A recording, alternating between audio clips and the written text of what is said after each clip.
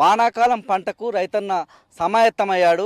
అయితే రైతన్నకు వరుణుడు సహకరించడం లేదు. ఇప్పటికే దుక్కులు దున్నుకున్నటువంటి రైతుకు వర్షాలు సకాలంలో కురవకపోవడంతో పెట్టుకున్నటువంటి విత్తనాలన్నీ కూడా ఎండిపోతున్న నేపథ్యం మనకు కనిపిస్తూ ఉంది. రైతన్న కన్నీరు మున్నీరు అవుతున్న నేపథ్యం మనకు కనిపిస్తూ ఉంది. ప్రస్తుతం మనం హన్మకొండ జిల్లా పరిధిలో ఉన్నటువంటి కొంతమంది రైతులతో ఉన్నాం. అన్న, ఏం పంట విత్తుకున్నారు?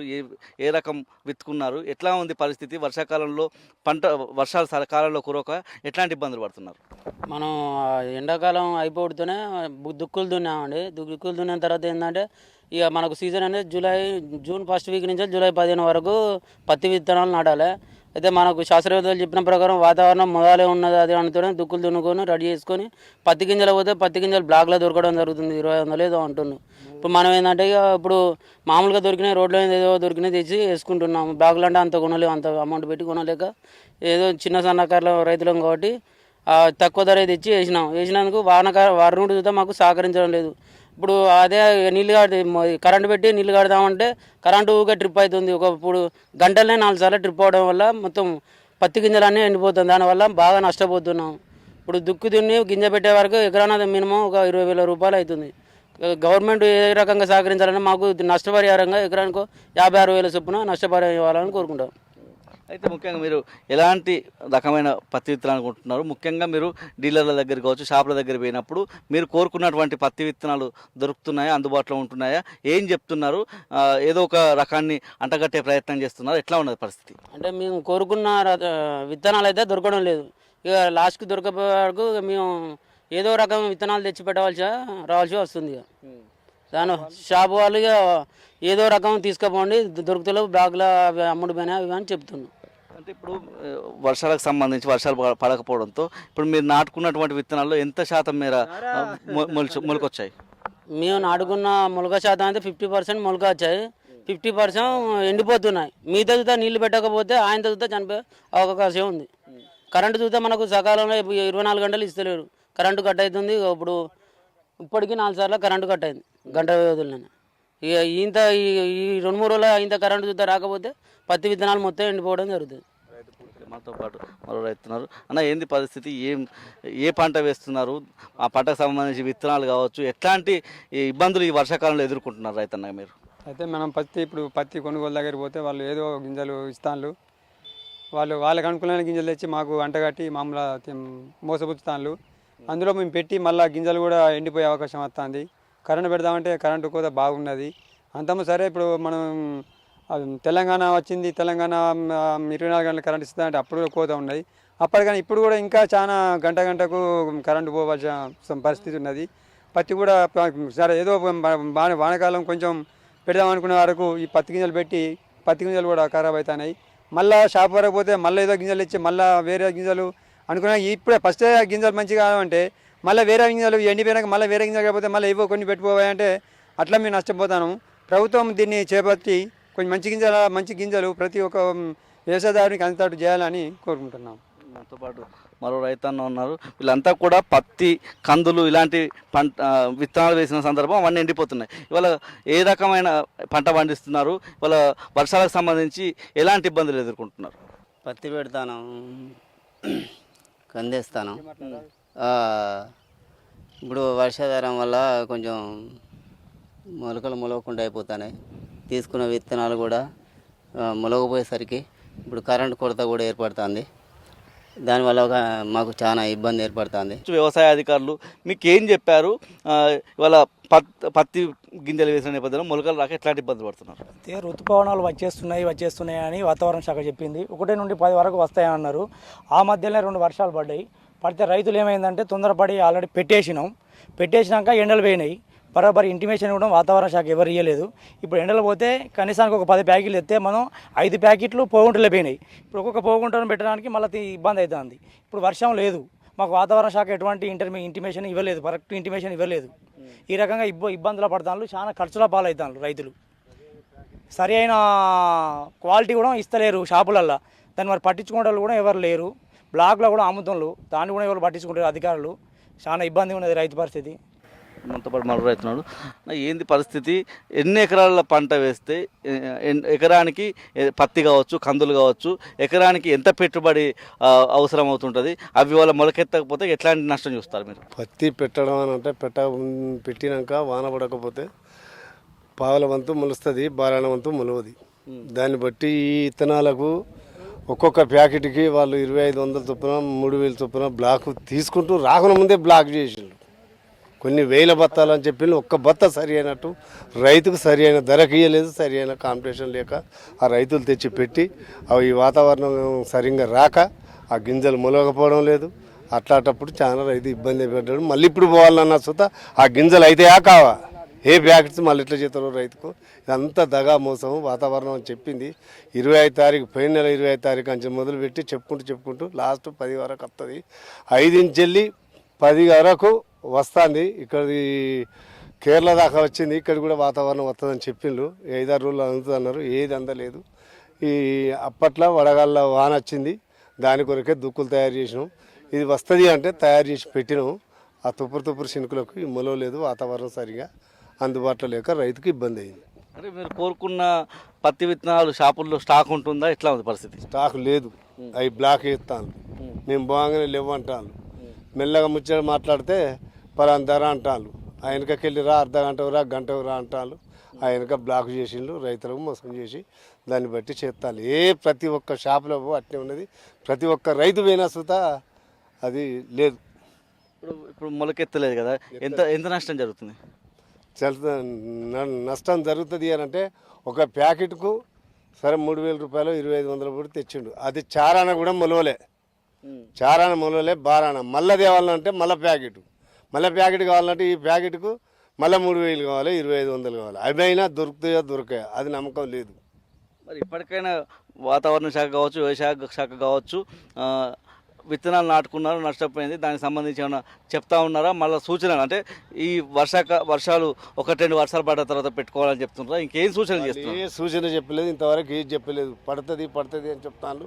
చెదురుముదురుగా మబ్బులు వస్తాయి, ఇట్లా చెదురుముదురు జల్లులు పడతాయి అని చెప్తాను. కానీ ఏది సరి అని చెప్తలేరు. పలానా విత్తనం పోయిన చోట మేము మళ్ళీ ఇస్తాం, అసలు విత్తనం పంపిస్తాం అని కూడా ఇవాళ చెప్తలేరు.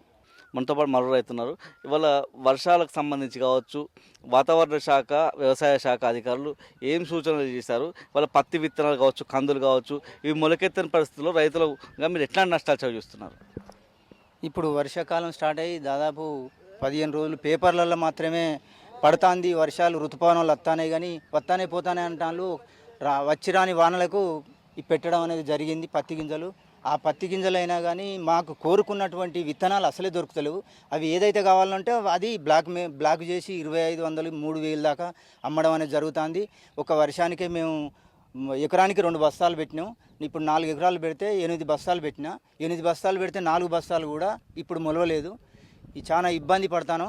ఇప్పటికి కూడా రైతు బంధు కూడా పడలేము. అక్కడిక్కడ అప్పులు తెచ్చి ఈ పత్తి విత్తనాలు తెచ్చి మేము భూమిలో పెడితే వర్షాలు పడక చాలా ఇబ్బంది పడతాను. అదేవిధంగా మరి ఈ వాతావరణ శాఖ వాళ్ళు ఇంతకుముందు 2-3 సంవత్సరం కింద ప్రతిరోజు చెప్పినట్టే చెప్పేది. కానీ ఇప్పుడైతే వాతావరణ శాఖ అసలు పట్టించుకోవడం లేదు. విత్తనాలు మీరు పెట్టకండి అని చెప్పే పరిస్థితి ఉండేది. వాళ్ళు వద్దనంటే మాత్రం రైతులు పెట్టకపోవడం అనేది జరిగేది. ఈవెన్ 70% వర్షం పడితేనే పెట్టాలనే వాతావరణ శాఖ యొక్క కాన్ఫిడెన్స్ ఉండేది వాళ్ళ దగ్గర. ఇప్పటికి మాత్రం వాళ్ళు ఏ సూచన చేస్తలేరు. ఇప్పటికి కూడా రైతు ఈ ఎకరానికి 4000 రూపాయల నష్టం జరిగింది. దానివల్ల చాలా రైతులు నష్టపోతాను. మేము చాలా ఇబ్బందులు పడతాను వర్షాలు రాక. విత్తనాలకు సంబంధించి షాపుల్లో ఎట్లాంటి అంటే కొరత ఉందా? మీరు కోరుకున్న విత్తనాలు దొరుకుతున్నాయా? ఏమంటున్నారు? ముఖ్యంగా ఇప్పుడు నష్టపోయిన విత్తనాలకు సంబంధించి మళ్ళీ కొనడానికి పోయినప్పుడు ఆ స్థాయిలో స్టాక్ ఉండే అవకాశం ఉందా? ఏం చెప్తున్నారు డీలర్లు? మేము కొన్నటువంటి విత్తనాలు, మొదలు పెట్టినటువంటి విత్తనాలు మళ్ళీ పోగుంటలు పోతే అవి తీసుకుందామనంటే మళ్ళీ అది దొరకక వేరే విత్తనాలు తీసుకొని పెట్టడం అనేది జరుగుతుంది. అది ఎట్లా కాతుందో ఎట్లా పోతుందో. మేము కోరుకున్న విత్తనాలు మాత్రం మొత్తం అసలే దొరుకుతలేవు ఇప్పటి వరకు మాత్రం. దాని నష్టపోతాం. ఇది మొత్తంగా రైతులు తాము కోరుకున్న విత్తనాలు కూడా మార్కెట్లో అందుబాటులో లేవని చెప్పి, దాంతోపాటు బ్లాక్ దందా కూడా విత్తనాలకు సంబంధించి జరుగుతుందని చెప్పి రైతులంతా కూడా ఆరోపిస్తున్న నేపథ్యం మనకు కనిపిస్తూ ఉంది. దాంతోపాటు విత్తనాలకు సంబంధించినటువంటి షాపులు, డీలర్లు వీళ్ళని కూడా కలిసే ప్రయత్నం చేద్దాం. దాంతోపాటు వ్యవసాయ శాఖ అధికారులను కూడా కలిసే ప్రయత్నం చేసి వాళ్ళ అభిప్రాయం కూడా తెలుసుకుందాం. సకాలంలో కురవక రైతన్న అయితే ఇబ్బందులు ఎదుర్కొంటున్న నేపథ్యం అయితే మనం చూస్తూ ఉన్నాము. ఇప్పటికే విత్తనాల షాపులకు వచ్చి కొనుక్కొని వెళ్ళినటువంటి విత్తనాలు అవి మొలకెత్తిన సందర్భం వానలు కురవక. ఈ నేపథ్యంలోనే మరొకసారి రైతాంగం అంతా కూడా విత్తన షాపులకు వచ్చే అవకాశం మనకు స్పష్టంగా కనిపిస్తూ ఉంది. పూర్తి స్థాయిలో మనం వరంగల్ సిటీలో ఉన్నటువంటి స్టేషన్ రోడ్లోని విత్తన షాపులు ఇవన్నీ కూడా ఈ రోడ్డు అంతా కూడా విత్తనాలకు సంబంధించిన దుకాణాలు ఉంటాయి. ఇక్కడ మనం చూసినట్టయితే పూర్తి స్థాయిలో వ్యవసాయ శాఖ తరఫున అనేక సూచనలు కూడా రైతు ఒకవేళ ఒక షాప్కి వచ్చినప్పటి నుంచి ఎట్లాంటి వాళ్ళకి సంబంధించి కొన్ని సూచనలు కూడా రాయడం జరిగింది. నకిలీ విత్తనాలకు సంబంధించి కావచ్చు, పూర్తి స్థాయిలో ఎట్లాంటి అంటే పంట ఏదైతే విత్తనాలు కొనుగోలు చేసిన క్రమంలో ఇన్వాయిస్ తీసుకోవడం ఇలాంటికి సంబంధించినటువంటి సూచనలను ఇక్కడ మనం చూడొచ్చు. ఒక బోర్డు ద్వారా ఏర్పాటు చేసిన నేపథ్యాన్ని అయితే మనం చూస్తూ ఉన్నాం. రైతాంగానికి సంబంధించి ఏమన్నా ఎరువులు కావచ్చు, పురుగుల మందులకు సంబంధించి ఏమైనా సందేహాలు వచ్చిన నేపథ్యంలో వాళ్ళకి సంబంధించినటువంటి కంట్రోల్ రూమ్కి సంబంధించినటువంటి నెంబర్ కూడా ఏర్పాటు చేసిన నేపథ్యాన్ని అయితే మనం చూస్తూ ఉన్నాం. ఇక్కడ జిల్లా వ్యవసాయ అధికారికి సంబంధించినటువంటి పేరుతో ఇక్కడ ఒక పాంప్లెంట్ సంబంధించి ఇక్కడ ఏర్పాటు చేయడం జరిగింది. ఇక్కడ కంట్రోల్ రూమ్ నెంబర్ కూడా ఏర్పాటు చేసిన నేపథ్యం కొద్ది రోజులు అంటే వర్షాలు కురవని నేపథ్యంలో రైతులు మరొకసారి విత్తన షాపులకు వచ్చే అవకాశం మాత్రం మనకు స్పష్టంగా అనిపిస్తూ ఉంది. 50% మేర పత్తికి సంబంధించి, కందులకు సంబంధించి మొలకలు రాని సందర్భం మనం చూస్తూ ఉన్నాము. వర్షాలు రాకపోవడం, ఇటు వాతావరణ శాఖ కావచ్చు, వ్యవసాయ శాఖ కావచ్చు సరైన సూచనలు చేయక రైతాంగం ఇవాళ మళ్ళీ సమస్యల వలయంలో చిక్కుకునే నేపథ్యం మనం చూస్తా ఉన్నాం. మనతో పాటు ఒక డీలర్ ఉన్నాడు. ఇవాళ రైతాంగానికి విత్తనాలు చేరిన సందర్భం చూసాము, అవి మొలకెత్తిన నేపథ్యం. ఎంతమంది రైతులు మళ్ళీ విత్తనాలకు సంబంధించి వచ్చే అవకాశం ఉంది? దాదాపు వర్షాలు కొంచెం వస్తున్నాయి అనుకొని ముందుగానే విత్తనాలు మే 20వ తారీఖు నుండి తీసుకొని వెళ్ళి పెట్టడం జరిగింది. అలాంటి వారికి వర్షాలు చక్కగా లేక కొంతమంది ఒక 70% వరకు మొలకొచ్చి 30% వరకు రాలేదని చెప్తా ఉన్నారు. ఒక వర్షం ఇప్పుడు ప్రజెంట్ ఒక వర్షం పడితే మళ్ళీ ఒకసారి వచ్చేసి అయితే విత్తనాలన్నీ కూడా తీసుకెళ్ళిపోయి మళ్ళీ 30% వరకు పెట్టే ఆలోచనలు మేము ఊహిస్తూ ఉన్నాము. జిల్లా యంత్రాంగం నుంచి మీకు ఎట్లాంటి సూచనలు ఉన్నాయి? ముఖ్యంగా ఇన్వాయిస్ కావచ్చు, ఇట్లాంటి అంశాలకు సంబంధించి ఎట్లాంటి సూచనలు ఉన్నాయి? రైతులకు మీరు ఆ ఆదేశాలను పాటిస్తున్నారా? ఎట్లా ఉంది పరిస్థితి? మాకు జిల్లా యంత్రాంగం కానీ, వ్యవసాయ శాఖ కానీ, పోలీస్ శాఖ కానీ అన్నీ కూడా మాకు చాలా పకడ్బందీగా ఏర్పాట్లు చేశారు. రైతుకు కావాల్సిన పూర్తి వివరాలు విత్ సెల్ నెంబర్తో సహా మేము అన్ని వివరాలు చేసి బోర్డు మీద అన్ని మెయింటైన్ చేసినా కూడా కొత్త బుక్స్ ఇలాంటి పెట్టి రైతులకు విత్ ఫోన్ నెంబర్, అడ్రస్లతో సహా ఎలాంటి నకిలీ విత్తనాలు కానీ లేకపోతే ఎంఆర్పీ రేటు దాటి అమ్మకుండా ఉండడానికి కానీ ఫోన్ నెంబర్తో సహా అన్ని డీటెయిల్స్ పెట్టి మన విజిలెన్స్ కానీ, టాస్క్ ఫోర్స్ కానీ, వ్యవసాయ అధికారులు కానీ వచ్చి, పోలీసు అధికారులు కానీ వచ్చి ఫోన్లు చేసి ఎంక్వైరీ చేసేలా చేశారు. ఈసారి పకడ్బందీగా అధికారులు అందరూ కలిసి నకిలీ విత్తనాలు కానీ ఎంఆర్పి దాటి రేట్లు పెట్టి అమ్మడానికి కానీ అవకాశం లేకుండా మంచి నిర్ణయాలు తీసుకున్నారని మేము కూడా చాలా సంతోషపడుతున్నాం మా డీలర్లు అందరము. అయితే ముఖ్యంగా లూజ్గా వచ్చే విత్తనాలకు సంబంధించి నకిలీగా భావిస్తూ ఉంటాము. ముఖ్యంగా ప్యాకింగ్ రూపంలో వచ్చే నాసిరకం విత్తనాలు విత్తుకున్నప్పుడు రైతులకు సంబంధించి ఎంతో ఆవేదన ఉంటుంది. వాళ్ళు మీ దగ్గరికి ఆ సమస్య తీసుకొచ్చినప్పుడు ఏ విధంగా ఉంటాయి చర్యలు? ఇప్పటివరకు అయితే ప్యాకింగు బిల్లు మా డీలర్ల తరపున అమ్మిన ప్రతి వస్తువు కూడా మేము బాధ్యత వహిస్తాము ఎప్పుడైనా కానీ. ఇప్పుడు మీ దగ్గర ఏమన్నా స్టాక్ కొరత ఉందా? ఇప్పుడు మళ్ళీ వర్షాలు పడకుండా అయితే విత్తనాలు విత్తకుండా ఉన్నాయో ఆ రైతులు మళ్ళీ వచ్చే అవకాశం ఉంది కాబట్టి మన అధికారుల నుంచి ఎలాంటి ఆదేశాలు ఉన్నాయి? అందుకు అనుగుణంగా స్టాక్ మన దగ్గర ఉందా? అధికారులు మాత్రం మా జిల్లా వ్యవసాయాధికారి ఉషా దయాల్ మేడం గారు మాత్రం అన్ని రకాల విత్తనాలు కూడా మొలకెత్తాయి, పంట పండుతాయి కాబట్టి అన్ని రకాలు తీసుకోండి అన్నారు. కొందరు సృష్టించిన అంటే కావాలి ఈ పంటే బాగా పండుతా అనేసరికి అందరు వాటిపైన పరుగడం జరిగిపోయింది. కానీ ఇప్పుడు అందరూ కూడా అన్ని రకాలు తీసుకొని విత్తుకుంటా ఉన్నారు. ఎలాంటి విత్తనాల విషయంలో ఎలాంటి ఇబ్బందులు లేవు, అందరికీ సరిపడా. ఇంకా కూడా లాస్ట్ ఇయర్ మేము అమ్మిన దాని మీద అందరం కలిసి 50 to 60% కూడా మేము అమ్మలేకపోయాం. ఎందుకు అమ్మలేకపోయామని మాకు కూడా అర్థం కావట్లేదు. అయితే ముఖ్యంగా డీలర్లుగా ఇప్పుడు విత్తన షాపులకు సంబంధించిన ఓనర్లుగా ఏదైతే విత్తన ప్యాకెట్ల మీద ఎక్కువ ధరలకు అమ్ముతుంటారని చెప్పి రైతుల దగ్గర నుంచి వచ్చే ఆరోపణ, దాని విషయంలో మీరు రికార్డు మెయింటైన్ చేస్తున్న నేపథ్యం కూడా కనిపిస్తూ ఉంది. ఏం చెప్తారు?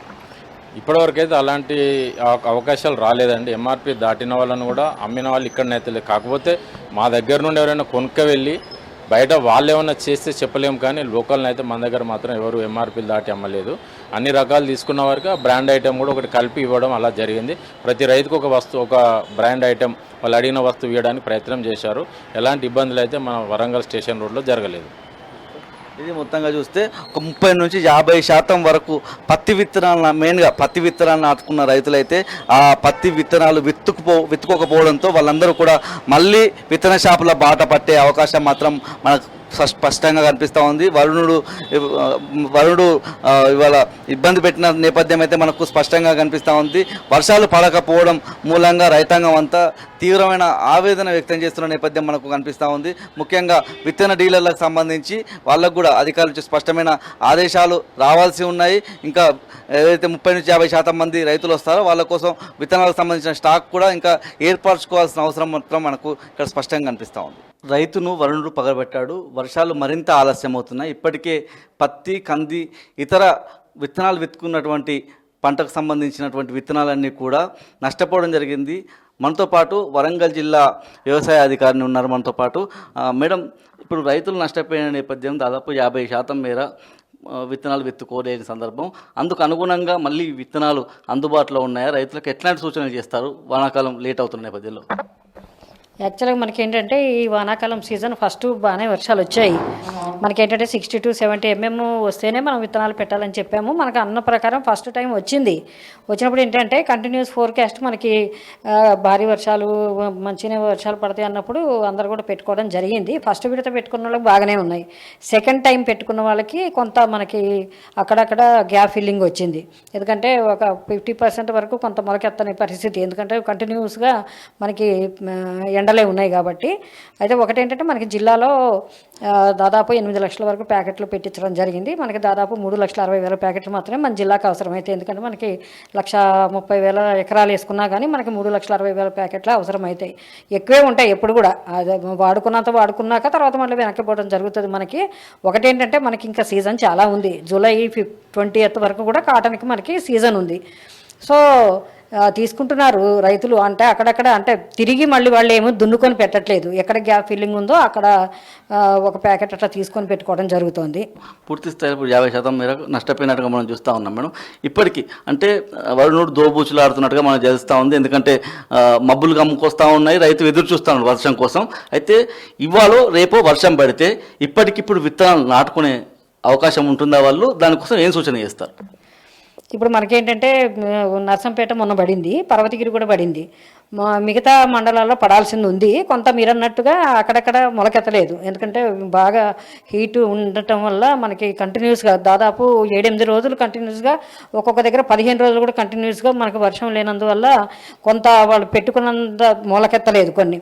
అయితే ఇప్పుడు ఏంటంటే మనకి 15th ఎక్కడ జూలై 20th వరకు టైం ఉంది కాబట్టి మనకి విత్తనాలన్నీ అందుబాటులో ఉన్నాయి. ఆల్రెడీ మండలాల్లో కూడా డీలర్స్ దగ్గర అందుబాటులో ఉన్నాయి కాబట్టి ప్రాబ్లం ఏం లేదు.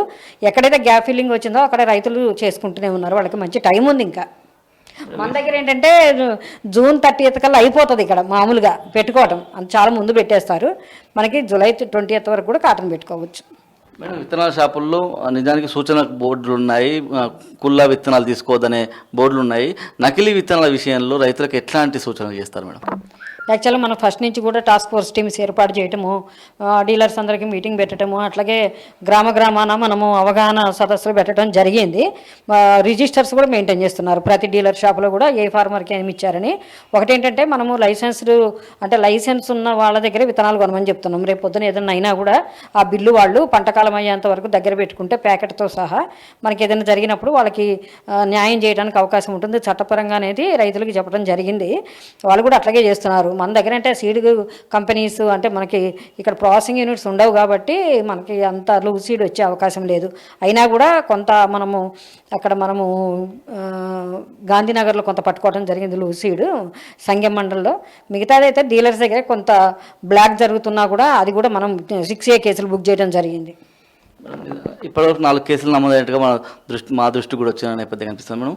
ఎట్లాంటి వాళ్ళ మీద ఎట్లాంటి చర్యలు ఉంటాయి? ముఖ్యంగా నకిలీ సీడ్స్ అంటే ఎక్కువ ధరలకు అమ్మే విషయంలో రైతు పెద్దగా నష్టపోడు, అంటే ఆ డబ్బుల వరకు నష్టపోతారు కాబట్టి ముఖ్యంగా పంట విత్తుకున్న తర్వాత పంట పండకపోతే రైతు ఆత్మహత్య వరకు వెళ్ళే సిచ్యువేషన్ ఉంటుంది. అట్లాంటి వాళ్ళ విషయంలో ఎట్లాంటి చర్యలు తీసుకుంటారు మేడం? యాక్చువల్గా మన దగ్గర నకిలీ అనేది లేదు. ఒకటేంటంటే మీరు అన్నట్టు కొంత కొన్ని కంపెనీస్కి ఇప్పుడు సాంకేతిక కానివ్వండి, US 7067 కానివ్వండి, మనకి ఆర్జా ఇట్లాంటి కొన్ని వెరైటీస్ మీద కొంత డిమాండ్ ఉన్నమాట వాస్తవము. అది కూడా చాలా తక్కువ వచ్చింది మనకి. ఒక్కొక్క డీలర్కి ఒక 50 ప్యాకెట్లు, ఒక 35 ప్యాకెట్లు అలాగే రావడం జరిగింది. అది కూడా మేము బ్లాక్ చేస్తే కొంత పట్టుకోవడం జరిగింది. దాంట్లో ఏంటంటే మనకి ప్రెమిసెస్లో దొరకలేదు కాబట్టి 420 కేసు బుక్ చేయడం జరిగింది. అట్లాగే 6A కేసు కూడా బుక్ చేయడం జరిగింది. ఇప్పుడు కూడా సీడ్ అందుబాటులో ఉంది, మనకి టైం కూడా ఉంది. ఇంకా వర్షాలకు సమయం ఉంది కాబట్టి ఈ నెల చివరి వరకు కూడా రైతులు వర్షం పెద్ద ఎత్తున పడే వరకు ఎదురు చూసే పంట వేసుకోవాలని చెప్పి వ్యవసాయ అధికారిని మనకు చెప్తా ఉన్నారు. దాంతోపాటు ముఖ్యంగా విత్తనాలు కొనే విషయంలోనూ చూసి జాగ్రత్తగా చూసి కొనుక్కోవాలని సూచన చేస్తున్న సందర్భం మనకు కనిపిస్తూ ఉంది. కెమెరా పర్సన్ సంజీవ్తో రవికాంత్, టీ న్యూస్, వరంగల్ జిల్లా.